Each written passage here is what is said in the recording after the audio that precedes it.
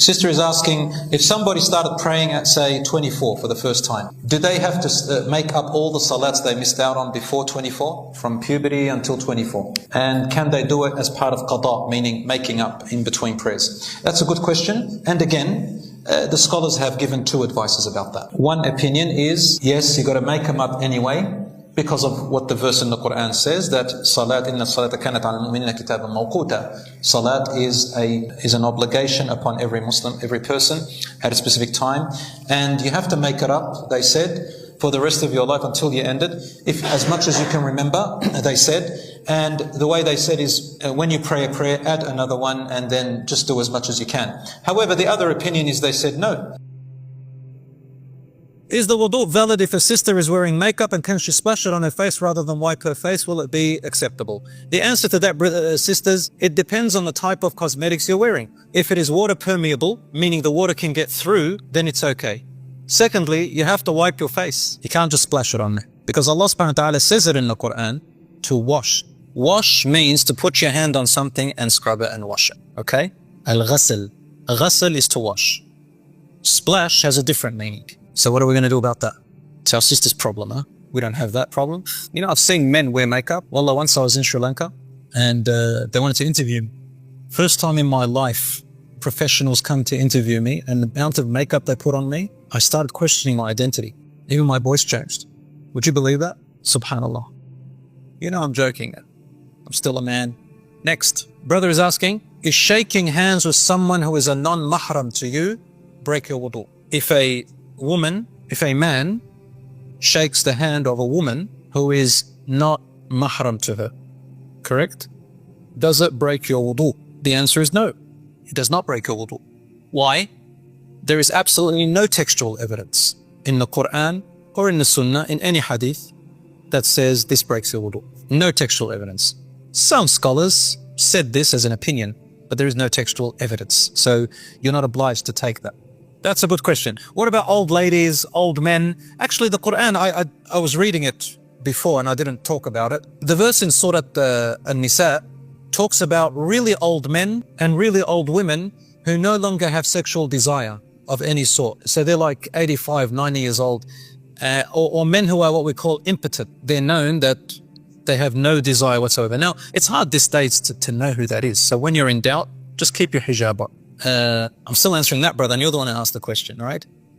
Yes, yeah. So also a woman who is very old, who no longer has sexual desires, her hijab can be a little bit loose. So showing a little bit of her hair, a little bit of her neck, a little bit of her arms. That's okay for a really old woman. That's okay, inshallah. Yes, sir. What is the ruling on shave the beard or even trimming that short? Isn't that mandatory to grow the beard? So brothers, all these questions have lots of difference of opinion among them. And they're all what we call khilafun mu'tabar. They are differences of opinion with evidence on both sides. Generally speaking, I can tell you what all the scholars agree on. What all the scholars agree on is that it is a sin, it's forbidden for a man to completely shave his entire beard. Okay, all the four schools of thought have agreed that halq al-liha, shaving it with a razor, is not allowed. As for the length, there's difference of opinion. In the Shafi'i madhab, you can have any length. In the Hanbali madhab, it has to be at least a fistful. In the Hanafi madhab, you got to let it grow. But all of them agree that you got to trim the moustache. Not shave it, but trim it. So there's the difference of opinion about that. Now, oh yeah, if there's paint on your hands, if there's a few spots of paint on your hand and you want to make wudu, will the wudu be valid? The answer is yes. If it's small, tiny spots, it's okay. Tiny, big spots is okay, inshallah. It does not invalidate your wudu. Yeah, and I'm just giving you the summary.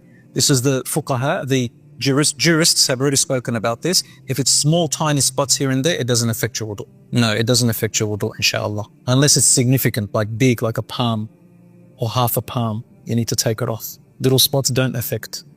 Yeah. That's a good question. Sister is asking, if somebody started praying at, say, 24 for the first time, do they have to make up all the salats they missed out on before 24, from puberty until 24?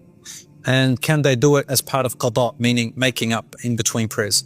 That's a good question. And again, the scholars have given two advices about that. One opinion is, yes, you got to make them up anyway, because of what the verse in the Quran says, that Salat inna salata kanat ala al-mu'minina kitaban mawquta. Salat is an obligation upon every Muslim, every person at a specific time, and you have to make it up, they said, for the rest of your life until you end it, if as much as you can remember, they said. And the way they said is, when you pray a prayer, add another one, and then just do as much as you can. However, the other opinion is, they said no, because of the Rasul sallallahu alaihi wasallam said, "At-ta'ibu min adh-dhanbi kaman la dhanba lah." Whoever repents from a sin, it's as if he had no sin. And many other hadiths similar. At-ta'ibu min adh-dhanbi kaman la dhanba lah. Whoever repents from a sin has no sin. And leaving prayer is a major sin.